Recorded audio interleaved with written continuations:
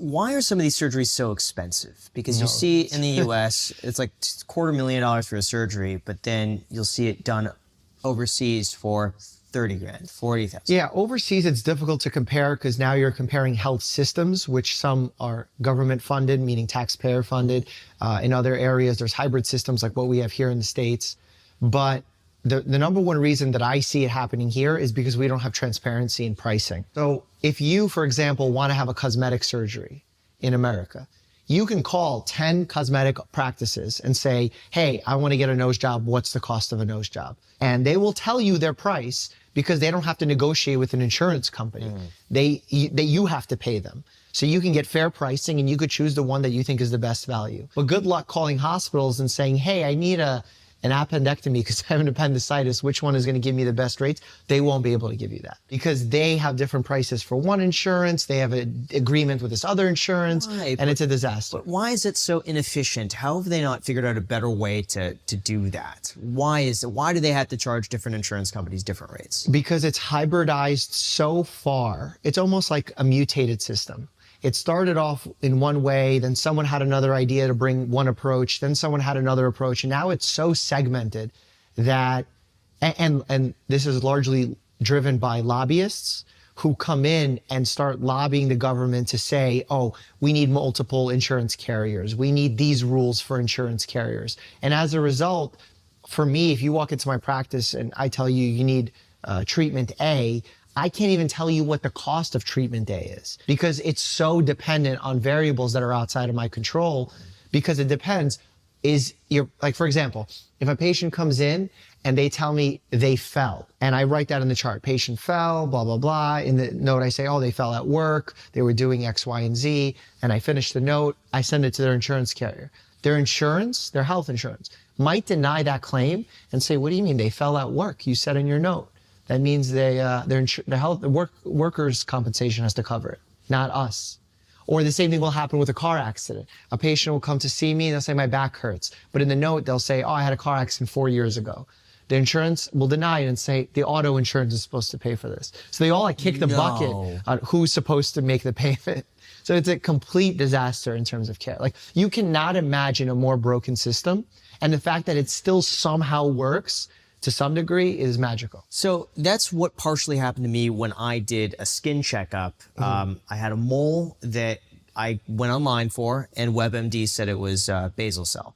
So I wanted to get it checked out, but the wait was 2 months to get in. Or I just pay $250 out of pocket and I go to the person down the street. And that's what I did. And I got in the next morning. Why is that such a difficult process? To like 2 months to get an appointment. Oh, that was to get to the appointment, just to get the recommendation. So I had to see the primary to get the specialty doctor afterwards. So it would be like 3 months. Yeah, a lot of times this is created by our capitalistic system where doctors that are in demand realize that working with insurance companies will yield a lower profit than working with individuals who have cash who want on-demand service. So they leave the insurance game and they say, I'm only going to accept cash payments from now on. And that way they know exactly what they're getting paid. They don't have to argue with insurers. And as a result, they are more financially successful than doctors who accept insurance.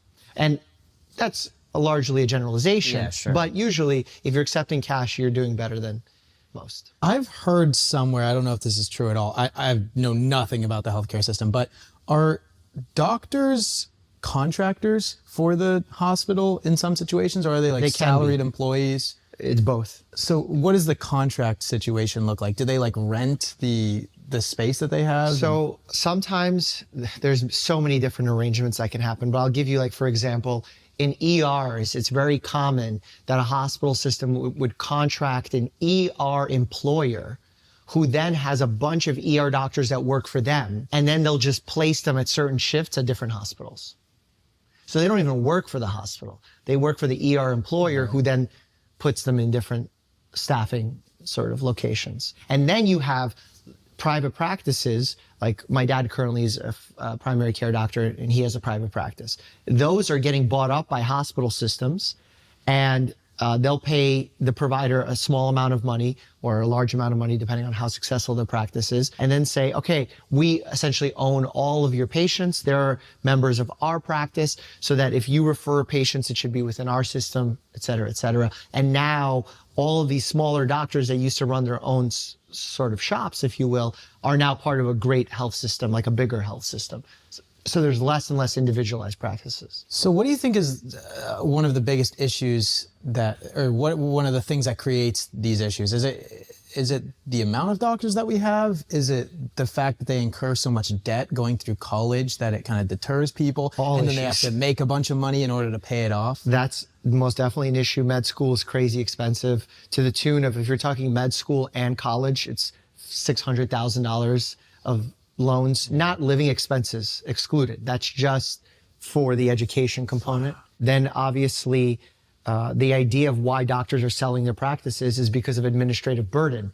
The idea of there's like 10 different insurance companies that have 10 different rules. So when a patient comes into my practice, I'll, fill out a note, and then I have to bill that note to the insurance company. But let's say I write a code for their condition that, let's say, doesn't fit the test requirement that they have to pay for that blood test. The bill will go to the patient. The patient will say, what the heck? Why is this not being covered? And it's because the insurer didn't like the code that I put. So this creates this huge administrative burden on doctors, where we're like, screw this. We don't want to practice this way. We want the hospital systems to take care of it. But then when hospital systems take care of it, it loses that personal touch that you have with your doctor, because now essentially you're a contractor being contracted to see a patient every 15 minutes as opposed to create and form a bonding. How difficult is it to collect payments? Because you mentioned one insurance company kicking it to another, and I bet the car place is like, no, it's them. And then it's a disaster. Like the cost of healthcare in America has ballooned over the last 20, 30 years. And it's not because doctors cost more to the system. In fact, doctors, cost of the system has stayed pretty stable or has gone up slightly with the cost of inflation. But the idea of healthcare has skyrocketed because for every doctor, you need 10 to 15 administrators.